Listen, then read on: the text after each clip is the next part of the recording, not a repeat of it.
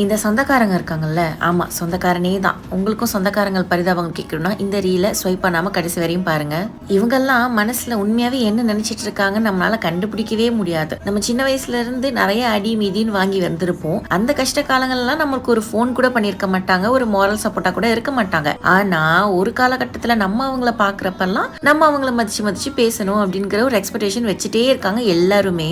நம்மளும் ஒரு பாசத்துக்கு ஏமாந்து போன ஒரு ஸ்டூபிட் தானே. சோ எங்க பார்த்தாலும் அவங்க கிட்ட பேசி இருந்திருப்போம், நமக்கும் பாஸ் துடிச்சிருக்கும். ஆனா அவங்க என்னமோ நம்ம ஏதோ கொலகுத்தம் பண்ண மாதிரி ஏதோ ஒரு ரீசன்ஸ் மனசுல வச்சுக்கிட்டு நம்மள பாக்குற இடத்துலலாம் பேச மாட்டாங்க, மூஞ்சி திருப்பிட்டு போவாங்க. சரி எதுக்கு இந்த தேவையில்லாத வம்பு மன கஷ்டம் எல்லாம், நம்மளும் அவங்கள மாதிரி இருந்துடலாம் அப்படின்னு நம்ம நினைச்சா இவ என்ன ரொம்ப திமிரு பிடிச்சு போனவளா இருக்கா, எங்கள்கிட்ட எல்லாம் பேசவே மாட்டேங்கிறா அப்படின்ட்டு நம்மளை பத்தியே பின்னாடி பேசிட்டு இருக்காங்க. அட அநியாயமே, இது என்னடா புது பொருளையா கிளப்பிட்டு இருக்கீங்க அப்படிங்கிற மாதிரி தான் இருக்கும். ரீசெண்டா ஒரு ரீல்ஸ் பார்த்திருந்தேன். என்னன்னா அவங்க தப்புக்கு மியூட் போட்டுருவாங்க, நம்ம தப்புக்கு டிஜே போட்டுருவாங்கிற மாதிரி ஒரே குத்தாட்டம் தான்.